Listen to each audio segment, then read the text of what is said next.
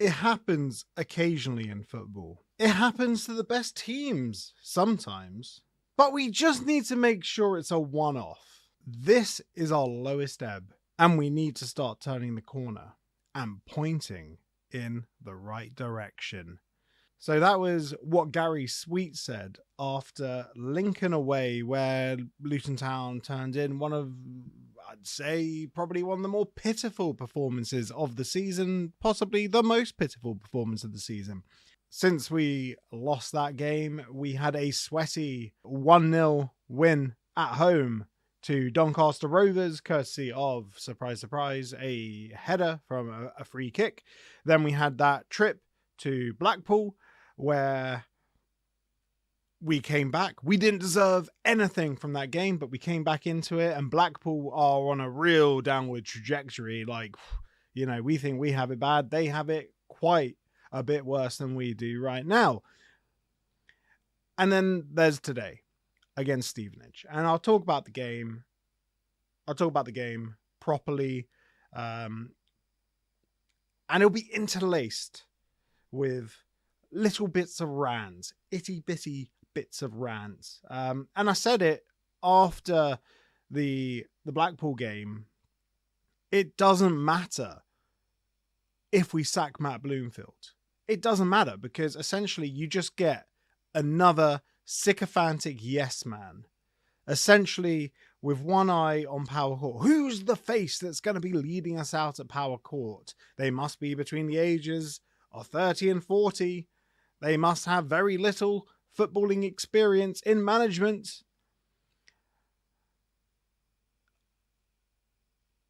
And today, look, I'm not fussed about losing a game of football, because quite frankly, I've gotten used to it. This is an absolutely piss poor Luton side with an attitude problem, regardless of what Gary Sweet has said in that preemptive BBC Three Counties radio interview. This is a Luton Town squad with a piss poor attitude running through it.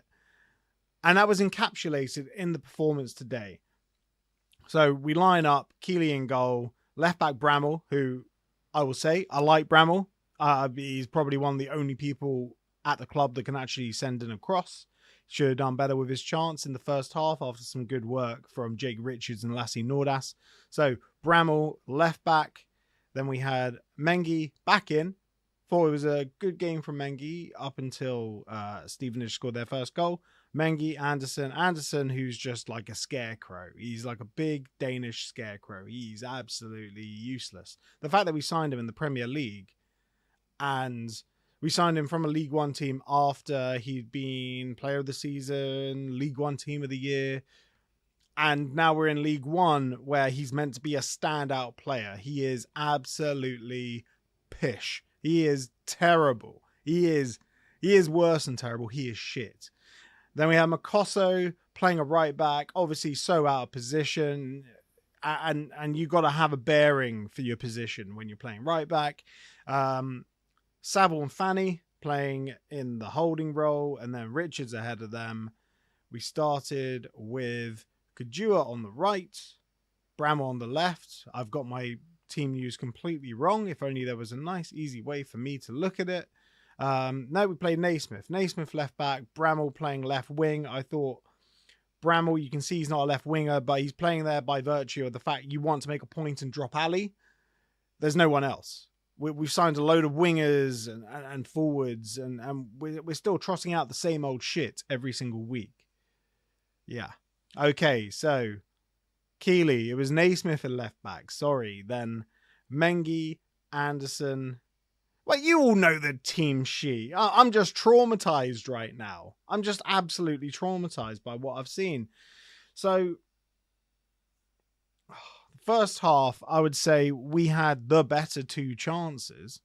That Bramall chance I mentioned before, in all fairness, he should have gone for the dink rather than sort of trying to slam it. But it was a taste of what we could potentially do. A taste of actual football. Great play. Great hold-up play from Nordos. And to be honest, once Nordos went off, the ball was not sticking up top anymore. But I would say Stevenage had the better of the first half. The better play. They had the better chance. Well, they didn't have the better chances. They had the better movement of the ball. Like, to be honest, the first half was a complete non-event. There was nothing really to discuss about it.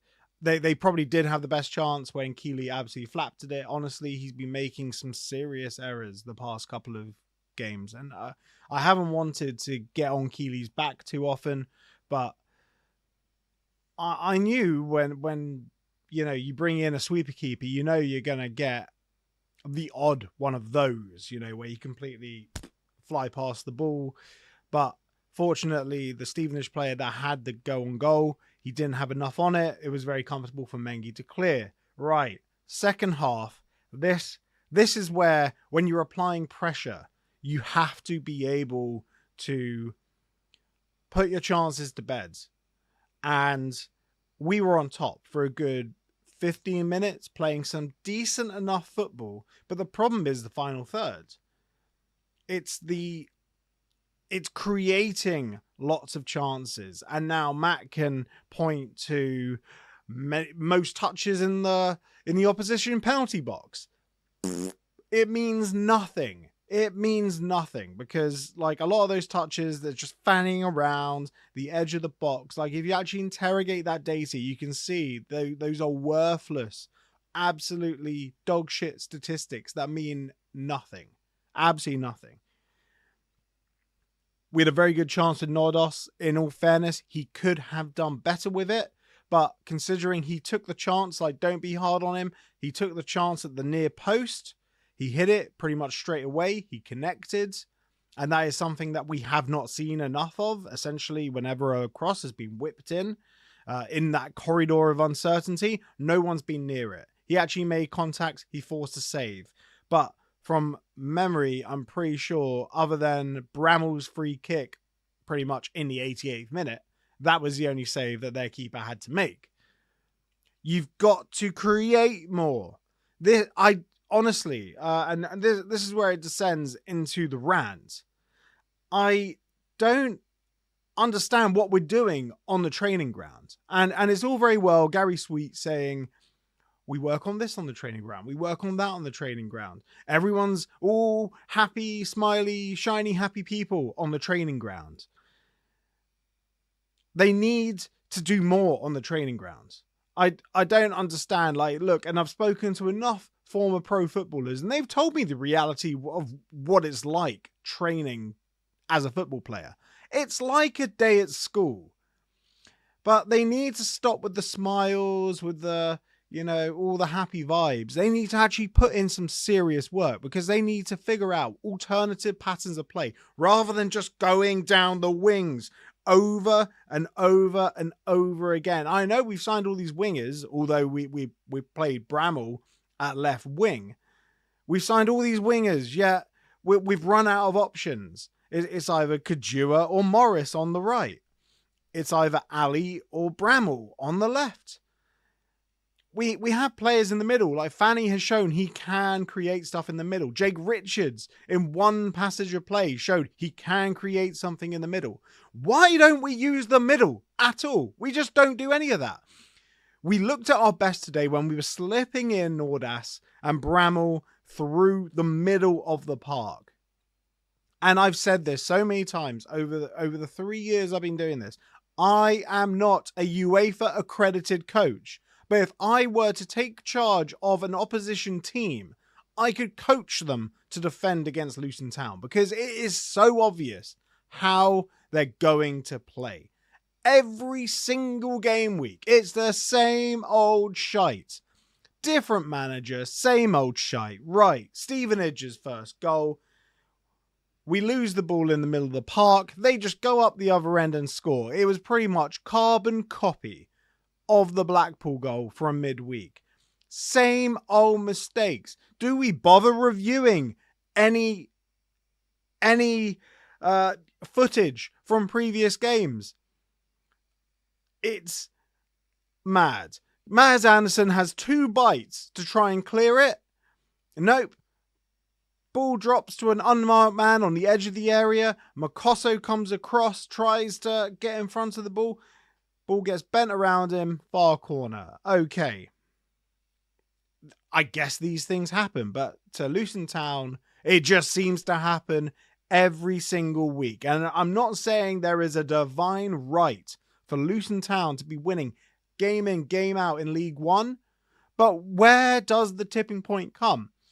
Is this a case of Luton Town this is our natural level, a League One mid-table side? Because essentially anyone we come up against in the top 10, we're going to make errors, or we're just going to get turned over, or we're not going to be able to break them down. Essentially, we are a mid-table League One side. And you can change the manager. It honestly doesn't matter. Because as I said it earlier, and I said it in the Blackpool one, you're just going to get another sycophant who is just going to play whatever football Gary Sweet tells him to. Honestly, it's like pushing a boulder up a hill that we even got 4 at the back with no fucking fullbacks. Yet we're playing a 4 at the back now, which is the right thing to do, but no fullbacks. Right, second goal, simple cross. From a set piece, ball gets knocked down. One of our players loses his duel on the edge of the box. It drops, gets played out, recycled to a second person who hits the ball, clean as a whistle, beats Keeley at the near post. It was a sweet hit. Where are our sweet hits? Where are players taking shots from the edge of the box? I can't think of the last Thunder Bastard we scored. There haven't been many. Haven't been any. I think Jordan Clark against Cardiff at the end of last season probably was one of the only sweet as a hit shots that I've seen recently. Like it's like all the spontaneity has been coached out of them. They're shit scared to even bother moving. Honestly, we're an absolute disgrace to football, and quite rightly, we're a laughing stock. Loyal Luton wasted no time in dropping a statement, and they say now it's time for Bloomfield to go. But I'll address everyone. Who would we even get in? We need a right hard bastard, someone that won't take Gary Sweet's shit. Someone that will just do it his way. Someone will take the attitudes of the players, treat them like a bunch of kids, because a lot of them are kids, and say, right, this is what you do now. Even Jordan Clark said something is not right. Carlton Morris at the end of last season said several things weren't right. Well, what is not going right at the club?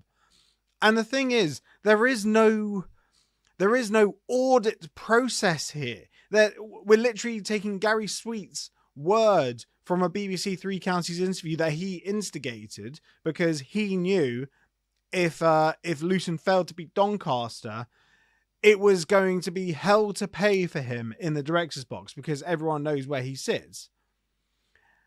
At this moment in time, this is essentially a point where outside people need to come in.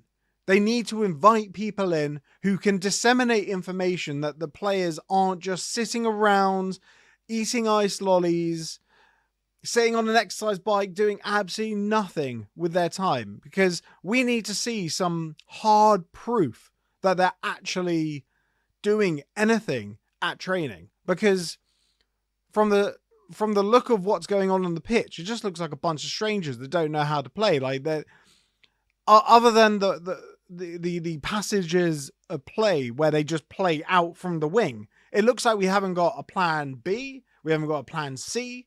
The plan B right now is, I'm going to make 4 changes, just throw on all the strikers, let's go 4-2-4. That is the plan B right now. We need to see that we can actually work the ball, manipulate the ball through the middle of the park. Like, it's absolutely shambolic that, and I'll preface this by saying no club has the divine right to be winning week in, week out. But remember, we were a Premier League side 2 years ago. Right, I know we were obviously not good enough to be in the Premier League, and that's fair. But we acquitted ourselves well in the Premier League. The players gave it their all. The players gave a shit, and then the championship came. And obviously, no one could give a shit. No one wanted to be there. It was obviously just a paycheck for a lot of the players. What's the excuse now? I'm beside myself. I don't understand where it has gone so wrong. The fact that we've only scored 3 open play goals this season, maybe 2 off the top of my head. I was counting 3 because I was including the Wimbledon own goal in the opening game of the season. We are out of ideas. We're not coached very well. And honestly, normally that would be a case of the manager needs to change. But honestly, who do you change him for? Because Gary Sweet's going to hire whoever's face fits, whoever he sees as the next person that can potentially lead us out to power court. First, it was Nathan Jones was going to lead us out to power court. Then it was Rob Edwards is going to lead us out to power court. And now it's Matt Bloomfield's going to lead us out to power court. Who else is there? We're running out of options. We're running out of nice guys who will just be a face that fits at the club. I don't know how we're in this mess. And congratulations, Stevenage, for going top of the league. Like, look, you were a good team today. I wouldn't say you were the better team until Luton Town completely lost their heads when the first goal went in. But you deserve it. And to be honest, I think Luton Town wouldn't have even threatened nearly as much if Gianni was playing. And you probably would have scored from one of your many corners. But hey, look, or long throws. Look, we dust ourselves down. We see what happens. But honestly, I'm past the point of being numb to all the losses. There needs to be accountability. There needs to be some changes at the very top of the club. And there needs to be answers. I'm not talking about Gary Sweet talking to BBC Three Counties Radio to give a interview. Gary Sweet needs to let people in, external people who can actually look and disseminate information that, oh yeah, they're not just wasting their time on the training ground. Because honestly, this is pathetic. This is a pathetic embarrassment of a football club right now, and I can see it only getting worse. Gary Sweet saying automatics of the target, playoffs minimum. No chance, mate. You're lucky if you crack the top 10. Right, we got the phone in. Hopefully, I will have cooled down by then. Phone in. Sunday night, 9 p.m. Whether you're watching this on Saturday or Sunday, it's Sunday night, 9 p.m. Apologies, there was no midweek catch-up. I had a very, very late one at work on Wednesday, did not get back in time. But there'll be a midweek catch-up next Wednesday, 9 p.m. and so on and so forth until maybe Luton Town score a goal from open play. Who knows? Who knows? So they'll go on indefinitely. Everyone, try not to let the football ruin your weekend like it has mine. Everyone, take care. And most importantly, come on, you League One Hatters.